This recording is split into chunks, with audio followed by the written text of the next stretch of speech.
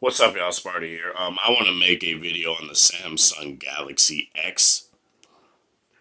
The rumors surrounding that phone. The phone that has always been said, oh, it's going to be a foldable smartphone. Now, all of a sudden, apparently, it's going to be a gaming smartphone. Like, I don't know why I'm saying smartphone. Like, this is 2009, but a gaming phone. And this isn't going to be something that I'm necessarily going to be like Samsung is being stupid, because I don't necessarily think they are. There is indeed a market for it. And I do think the Note is selling less and less than the S series. And in my previous video, I talked about them potentially axing the Note line after the Note 9, and I didn't mean to rhyme there, and yet I did it again. But I'm gonna let that video be its thing, so I'm gonna talk about this here. The Galaxy X. At first, at the beginning of the year, and I think Inklings last year, it was talked about the Galaxy X being a foldable smartphone. You know, that thing that Samsung's been talking about for years, working on. They've been It's been rumored for a long time that they were going to make a foldable smartphone. I believe back in like 2011, 2012, they were talking about they had prototypes of a foldable smartphone. Well, I don't necessarily care about that, and I'll make that its own separate video as to why I don't think a foldable smartphone is viable, even by Samsung. I'm going to talk about the Galaxy X and its potential to be a gaming smartphone. Now, as we know, there are two gaming smartphones out right now. Well, one is out, one is coming, and that's the Razer phone. Made by Razer, the company that makes a whole bunch of gaming peripherals and stuff like that, and gaming laptops and whatnot. And there's the Asus ROG phone, made by obviously Asus from their Republic of Gamers wing, that makes a whole bunch of very nice monitors and pretty much like Razer, a whole bunch of gaming accessories for PC and stuff like that. That's is made by the ROG wing of Asus, the Republic of Gamers or gaming wing of Asus. Now, I'm sorry for that long ass pause, but I just need to process this. It's kind of hard. So Samsung making this gaming Galaxy, right? Which is kind of a weird thing to say, but Samsung making this gaming Galaxy phone, right? There are already tools on the Samsung phones now to like boost performance. All it really does is be like, do you want to? I'll show you guys. So you go into the game launcher, right? You go into the game launcher, you go to game performance. Let me turn this down a little bit more. As you can see, there's a toggle right there for there's a toggle right here for if you wanted to power save, if you want it to be balanced, or do you want it to focus on performance. I have it so that I can set it for each game, but if you toggle that off, it just does it in general for every game. But I have it set so that every single game on here just focuses on performance, because this is a Snapdragon 835 phone. Why would I need to focus on everything else when, one, I'm not necessarily using it as a phone right now anyway. I'm more using it as a media thing, despite the fact that I don't like the speaker on this anymore. And it's still a really good thing for gaming. And you can also go into games and record footage, right? So I go into Marvel Future Fight.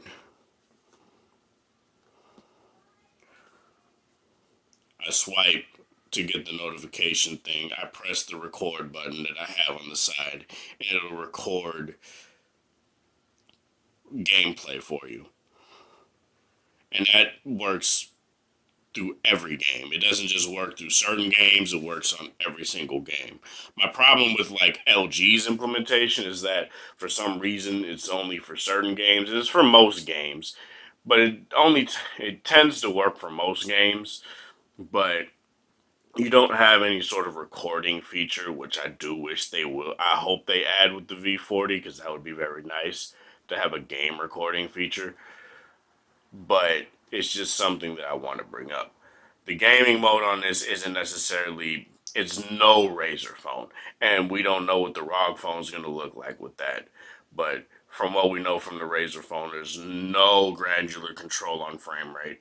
You can just choose and the LG phones, the V30 and the G7, they do have like more granular control compared to this, where it's like, oh, you can choose frame. Oh wait, you can do it on there if you go into the individual app, but you have to do it through the game launcher. Whereas on like an LG phone, where let me find one on an LG phone where you go to a specific game. Let's go to, I don't know which game I want to pick.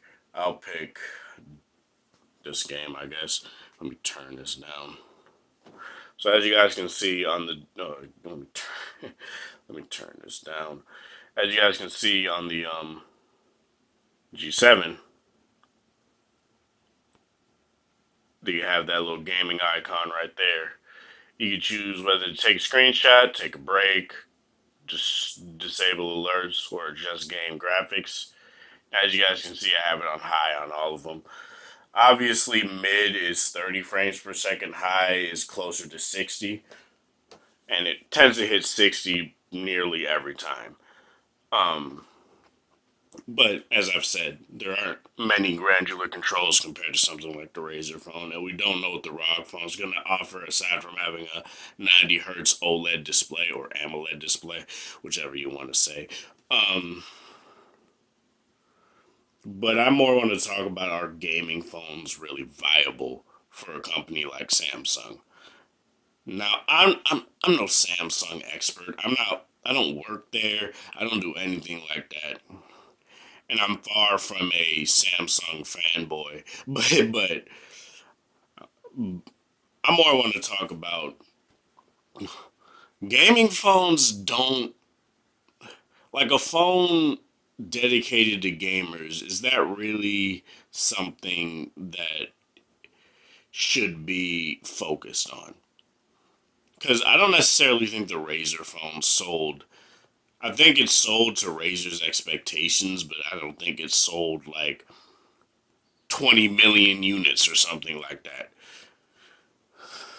which is would kind of be unrealistic for Razer, especially when the cameras are not good, the screen isn't super bright, even though it has the smoothest display on the market right now. Um, I don't think it sold incredibly well for Razer. I think it like again like with the PSVR, it probably sold to Razer's expectations, but it didn't sell incredibly well. You know, it didn't blow their expectations out of the water, and that's what I feel the ROG phone is going to do. Is going to meet ASUS's expectations, but it's not going to blow anything out of the water. But with Samsung, though, Samsung may find something that will indeed hit a string with more and more people because Samsung is the biggest Android OEM right now. They hold majority stake of the Android market here, you know, mainly in the US. So if Samsung were to make a gaming phone, it could strike chords with people that kind of game.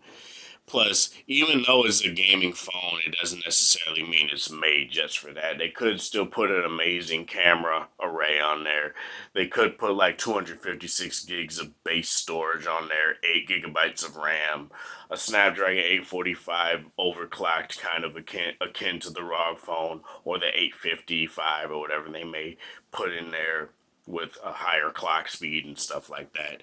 They may do that as well. Who knows what they may do? They may have been working on a 120 hertz OLED display. There's already a 90 hertz OLED display, so who knows what they may do? There's just a lot of different variables that we don't know about this Galaxy X that Samsung could have been working on to make it a great gaming phone and make it a more successful gaming phone. I don't necessarily think it's going to sell Note 9 numbers or anything like that, because the Note 9 is going to sell insane numbers, especially with these rumors that it's going to be the last Note. People are going to buy it. People are going to try and sell it over for exuberant prices on eBay. It's just going to happen. It always happens when people are like, this is the last Note, and stuff like that. That's just something that humans like to do, right? They like to sell stuff that they think is a collector's item. Even though I don't necessarily think the Note 9 is going to be a collector's item, I'm still going to keep it, and I'm still going to, even if it's over $1,000, I really don't care, because guess what? The Note 8 was almost $1,000. But pricing is also something that I don't necessarily think pricing matters anymore, because the only people that go into a store and buy a phone outright are diehard fans that don't like to be stringent to something like, a month to month payment plan, which I don't necessarily mind because it's easier for me and I tend to pay them off like 6 months in anyway. I just decide, it's at $400. I'll just pay it off right here. That's what I'm doing with the Note 8. There's just a lot of different variables we don't know. They can put way more controls on here to make it a super amazing experience. And that's something that I'm interested to see. Again, I don't want them to axe the Note for it. But if they axe the Note for it, since the Note is still, I guess, technically a niche product, even though it's the biggest phablet, it's the biggest selling phablet, line ever. So it's just something that I don't understand if they do it. But I'm just kind of sad. I'll be sad if they do it, but it's whatever. Again, what do you guys think about gaming phones, though? Are they really viable in today's climate? Again, they're not just meant for gaming, they're just marketed towards gamers. Because you can still get a gaming phone and still use it like a regular phone and have a perfect experience, right?